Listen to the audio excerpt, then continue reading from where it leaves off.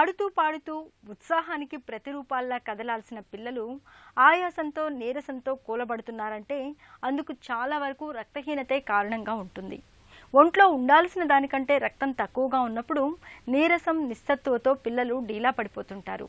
రక్తహీనత అనేది నిజానికి ఇవాళ మన దగ్గర ఇప్పుడు పెద్ద సమస్య. పిల్లల భవిష్యత్ ఆరోగ్యాన్ని ప్రమాదంలోకి నెట్టే రక్తహీనతను అధిగమించేందుకు ఏం చేయాలో, ఎలాంటి జాగ్రత్తలు తీసుకోవాలో ఇప్పుడు తెలుసుకుందాం.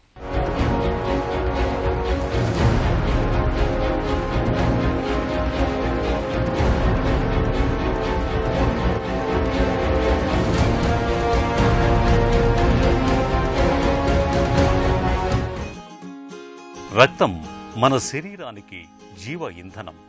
మనలోని అణువణువుకు ప్రాణవాయువుతో పాటు పోషక పదార్థాల్ని అందించే సంజీవని.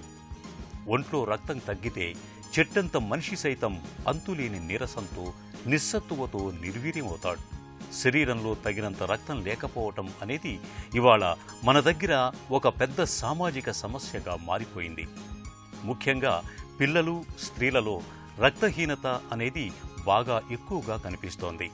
మన ప్రభుత్వాల లెక్కల ప్రకారమే 5 ఏళ్లలోపు పిల్లల్లో సుమారు 69.5% మంది రక్తహీనతతో బాధపడుతున్నారు.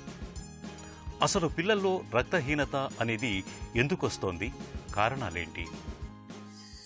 పిల్లల్లో రక్తహీనత అని ఫస్ట్ పేరెంట్స్ మా దగ్గరికి తీసుకొచ్చినప్పుడు జనరల్గా కంప్లైంట్స్ పాలు తాగట్లేదు, భోజనం చేయట్లేదు, చిరాగ్గా ఉంటున్నారు, ఇరిటబుల్గా ఉంటున్నారు, మళ్ళీ ఏదైనా ఆడినప్పుడు ఇదప్పుడు కూడా తొందరగా అలసిపోవడము, దేనిపైన శ్రద్ధ వహించకపోవడము, ఎక్కువ చికాకు చేయడము, ఇలాంటి సమస్యలతో మా దగ్గర అప్రోచ్ అయినప్పుడు పిల్లల్లో రక్తహీనత అంటే ఎనీమియా ఉన్నట్టుగా సస్పెక్ట్ చేస్తాం. పిల్లల్లో జనరల్గా రక్తహీనత అనేది బ్లడ్ కాన్సన్ట్రేషన్ అండి. అది పిల్లల్లో లెస్ దాన్ 14 ఉంటే జనరల్గా వి సస్పెక్ట్ దెమ్ యాజ్ ఎనీమియా.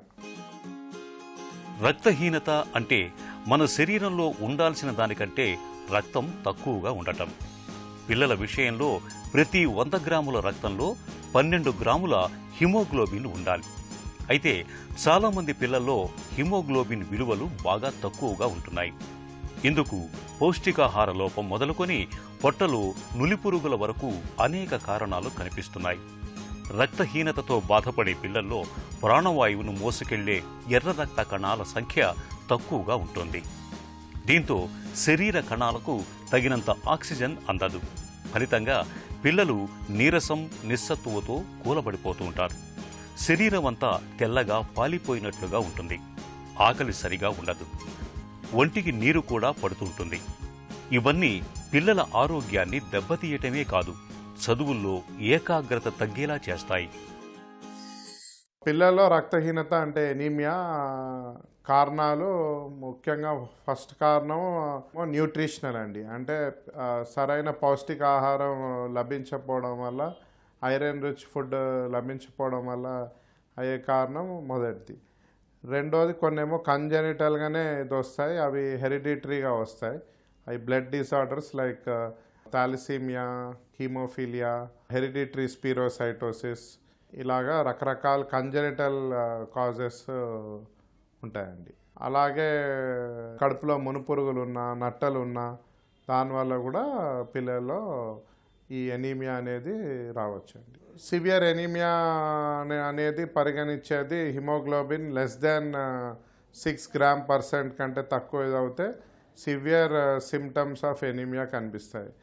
దాంట్లో ఏంటంటే చాలా డల్గా అవ్వడము, వామ్ ఇన్ఫెస్టేషన్స్ ఇట్లాంటివైతే సివియర్ బ్లీడింగ్ అవ్వడము, హార్ట్ రేట్ తగ్గడము, బాడీలో నీరు ఎడిమా ఎక్కువ చేరడము, లివరు, స్ప్లీను ఎన్లార్జ్డ్ అవ్వడము, ఇలాంటివన్నీ సిమ్టమ్స్ ఇది ఉంటాయి. ప్లస్ రోగ నిర్ధారక శక్తి కంప్లీట్గా తగ్గిపోతుంది. దానివల్ల వీళ్ళలో రిపీటెడ్గా ఇన్ఫెక్షన్స్ వస్తూ ఉంటాయి. దానివల్ల ఫేటల్ లైఫ్ థ్రెటనింగ్ ఈవెంట్స్ కూడా జరగచ్చండి. రక్తహీనతతో కేవలం నీరసం, నిస్సత్తువ మాత్రమే కాదు, నిర్లక్ష్యం చేస్తే ప్రాణాపాయ పరిస్థితులను తెచ్చిపెడుతుంది. గుండె, కిడ్నీలు, మెదడు, ఊపిరితిత్తులు, కాలేయం వంటి కీలక అవయవాల పనితీరు క్రమంగా మందగించిపోయే అవకాశం ఉంది. పిల్లల్లో రక్తహీనత కనిపిస్తున్నప్పుడు అందుకు మూల కారణాన్ని గుర్తించి తగిన చికిత్స చేయాలి. పౌష్టికాహార లోపం మూలంగా రక్తహీనత వస్తున్నట్లయితే సమతులాహారాన్ని అందివ్వటం ద్వారా రక్తహీనతను నివారించవచ్చు. ఇక పొట్టలో నులిపురుగులు ఉన్నప్పుడు వాటిని నాశనం చేయటం ద్వారా రక్తహీనత బారి నుంచి పిల్లల్ని కాపాడవచ్చు. ఇనుమును అందించే ఫోలిక్ యాసిడ్ మాత్రల్ని పిల్లలకు అందించటం ద్వారా రక్తహీనత సమస్య రాకుండా నివారించవచ్చు. పిల్లల్లో రక్తహీనత ఉన్నప్పుడు ముందుగానే సిమ్టమ్స్ బట్టి గ్రహించి పీడియాట్రిషియన్ని సంప్రదించి దాని తర్వాత సింపుల్ టెస్ట్ సిబిపి ఇంకా కంజెనిటల్ డిసార్డర్స్ కనుక్కోవడానికి ఇనీషియల్గా సిబిపిలోనే ఫెరిఫరల్ స్మియర్ అని ఉంటుంది. ఆ స్మియర్లో చూస్తే బ్లడ్ యొక్క స్ట్రక్చరు ఇది దాన్ని బట్టి స్ట్రక్చరల్ డిఫెక్ట్స్ కూడా అనుమానించవచ్చు. అవి ముందుగానే కనిపెట్టి అవి డయాగ్నోస్ చేస్తే దానికి ట్రీట్మెంట్ ఇవ్వచ్చు. న్యూట్రిషనల్ దీనికి వెంటనే as soon as nutritional anaemia ఉంటే ఐరన్ ఫోలిక్ యాసిడ్ సప్లిమెంటేషన్ ఇమీడియట్గా స్టార్ట్ చేయాలి. అలాగే డైటరీ అడ్వైస్లో పౌష్టికాహారం ఐరన్ రిచ్ ఫుడ్స్ ఉండేవి డైటరీది పెంచాలి. అలాగే అబౌవ్ 3 years ఉన్న పిల్లలందరికీ డీవార్మింగ్ కూడా చేయాలి. ఫ్రీక్వెంట్గా స్కూల్స్లో డీవార్మింగ్ కూడా చేయాలి. సో దట్ వాళ్ళలో ఎనీమియా రాకుండా ఉంటుంది. పేరెంట్స్కి ఈ కామన్ సిమ్టమ్స్ ఏవి కొంచెం సరిగ్గా తినకపోయినా, తొందరగా అలసిపోయినా, ఊరికే మాటికి ఫీవర్స్ వస్తున్నాయన్న అని ఉన్నా, లేకపోతే తరచుగా బ్లీడింగ్ వస్తుంది అన్నట్టు కనిపించిన, మోషన్లో బ్లడ్ కనిపించిన, లేకపోతే అన్నీ కింద పడిన వస్తువులన్నీ చంటిపాప తినడం కానీ, ఈ బలపాలు ఇలాంటివన్నీ తింటున్నా, ఇలాంటి సిమ్టమ్స్ ఉంటే ముందుగానే గ్రహించి డాక్టర్ని సంప్రదించి సబ్సిక్వెంట్గా రిలవెంట్ టెస్ట్ బ్లడ్ టెస్ట్ చేయించి అది ఏ కారణం అనేది తొందరగా కనుక్కుంటే హెల్ప్ఫుల్ అవుతుంది. పిల్లల్ని ప్రతిరోజు ఏదో ఒక ఆకుకూరను తినేలా ప్రోత్సహించటం ద్వారా వారిలో రక్తహీనత సమస్యను చాలా తేలికగా నివారించవచ్చు. ఇనుము ఎక్కువగా ఉండి చవకగా అందుబాటులో ఉండే అన్ని రకాల తాజా ఆకుకూరలు అంటే తోటకూర, పుంటికూర, పాలకూర, మెంతికూర, బచ్చలికూర, గంగపాయల కూర రోజూ తీసుకోవటం వల్ల రక్తహీనతను నివారించవచ్చు. ఎండు ఖర్జూరం, బాదం, జీడిపప్పు, మాంసం, కాలేయం వంటి పదార్థాల్లో కూడా ఇనుము పుష్కలంగా లభిస్తుంది. వీటిని తరచూ పిల్లలకు పెడుతూ ఉండాలి. రక్తహీనత నివారణకు ఉప్పులో ఇనుమును కలిపే శాస్త్రీయ పద్ధతిని జాతీయ పోషకాహార సంస్థ వారు కనుగొన్నారు.